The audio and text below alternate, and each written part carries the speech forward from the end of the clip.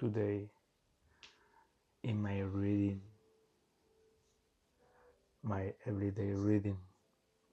And this time I will be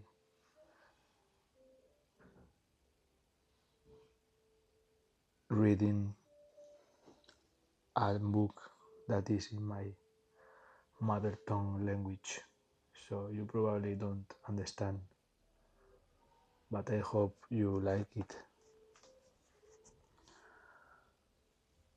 Enjoy. Gizon baten arna estua, gerturik entzun gabe urteak igaro ondoren, latino diskotekan ezagutu duzun gizon beltzanaren espain ezeak sentitu dituzu lepotik belarri ondoran iristen. Aiama batek ihes egin dizu, eta kotxearen barnean ara eta onola dabilegan orain zure ainea, txolarre baten moduan bueltaka. Aiama, dena da beltza, kotzeko leietatik kanpo, atzealdean hiriko argi urrun batzuk igarri dituzu bakarrik. Burua atzera botatzen zorabioa sentitu duzu, gintonika gehiegi dituzu gorputzean. Gorputza mugitzenan txikitan amari dendatik ohiarekin batera eramaten zenion esne boltsaren soinua entzun duzu, lops. Gintonika dabil gora eta bera. Urteak dira ez zenuke la gintonika hartzen. Urteak dira ezer, nuela horretarako aurrekaririk 6 urte, giltzapean igaro dituzunak.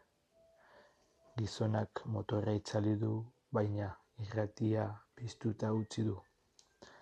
Gauerdiko trompeta bakarti baten soinua entzun duzu urrunean.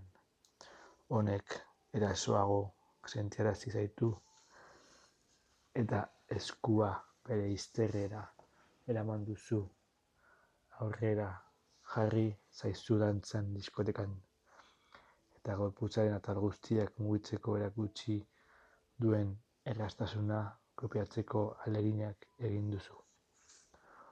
Oso ondo dantzatzen duzu salsa,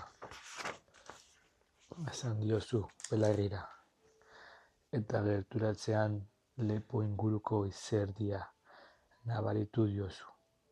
Kuban txikitatik ikasten dutela erantzun dizu, ez daukala meritu handirik, baina aurretik gezur bat ere esan dizuk.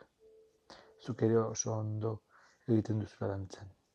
Diskotekatik irtetea erabaki duzunean 11 dantzan egin ondoren, eta kalera atera dezain laster gizonak zure etxera joateko aukera dagoen galdetu dizu. Asko berba gehiagorik ez duzu egin, duela ordu batzuk ezagutu zaudenetik.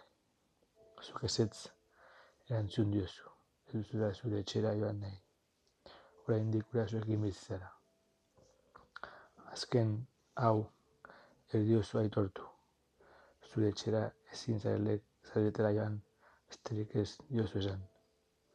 Auskalo zer pentsatzen duen, eskutatuta zaudela agian, berak ez du bere etxera joateko gonbidatik egin. Batek daki dezalagatik, pentsak hor gelditu da diskoteka aurreko espaiora entente, negozko latino hitzak beregi beltzatzen egiratzen direla. Orain bai, orain ez. Lepoan duen kateari antzamarrekin botatu, mandoren urrez koloreko erloju begiratu dio eta bere kotxeran joatzeko gonbidatu egin dizu. Gure herriari helduz. Gurasoekin bizi izan oraindik etxetik aspaldi egin dagoen zinean goizeko batean aurpegi estalia zuten gizonak zure etxera bortizki sartu eta balira berarekin eraman. Horren aurretik milekelek eta biok elkarrekin bizitzeko jateko asmoa zenuten alokatutako pisu batera.